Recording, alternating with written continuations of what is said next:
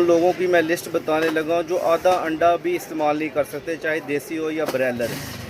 अंडे का जो मिजाज है ये खुशक गर्म होता है। जो मिजाजों को नहीं मानते वो इस वीडियो से 100 फुट दूर रहें, बाकी सर से पाँव की तरफ शुरू होते हैं। जिन लोगों को नींद बिल्कुल नहीं आती, खुश्की है दिमाग के अंदर, वो अंडे का बिल्कुल इस्तेमाल ना करें। जिन लोगों को खून किसी भी रास्ते से आता है, चाहे नाक के ज़रिए नक्सीर की सूरत में आता है, उल्टी की सूरत में आता है, पेशाब के रास्ते से खून आता है, पखाने के ज़रिए बवासीर की सूरत में आता है, अंतड़ियों में से खून आता है, मैदे का अल्सर है, खून किसी रास्ते से भी आता है, अंडा उनके लिए एक मुकम्मल जहर है।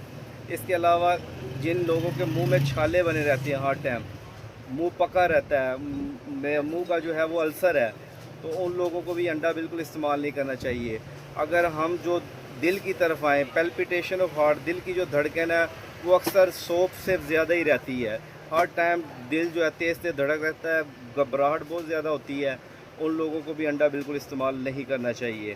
इसके अलावा जिनके जिगर की गर्मी, जिसको सादा ज़ुबान में कहते हैं, जिगर के एंजाइम जैसे ALT बढ़ा हुआ है, SGPT, AST बढ़ा हुआ है, बिलिरुबिन बढ़ा हुआ है, या जिगर के जितने एंजाइम अगर कोई बढ़ा हुआ तो अंडा उनके लिए शदीद नुकसानदेह है। इसके अलावा जिसको अंतड़ियों के अंदर खुश्की होती है, तो क्योंकि अंडे की जर्दी ये मज़ीद खुश्की पैदा करती है, तो कब्ज़ वाले मरीज़ अंडे का बिल्कुल इस्तेमाल ना करें।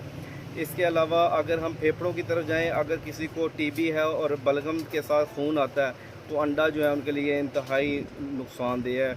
इसके अलावा अगर गुर्दों की तरफ आएँ, जिन लोगों का यूरिक एसिड बढ़ा है, जिनका क्रिएटिनिन रुका हुआ है, जिनका यूरिया बढ़ा हुआ है, तो उनके लिए ये मुज़र सेहत है अंडा बहुत ज़्यादा, चाहे देसी हो या ब्रॉयलर हो।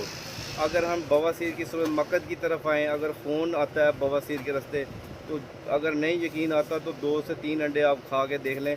जिसको बादी बवासीर है वो भी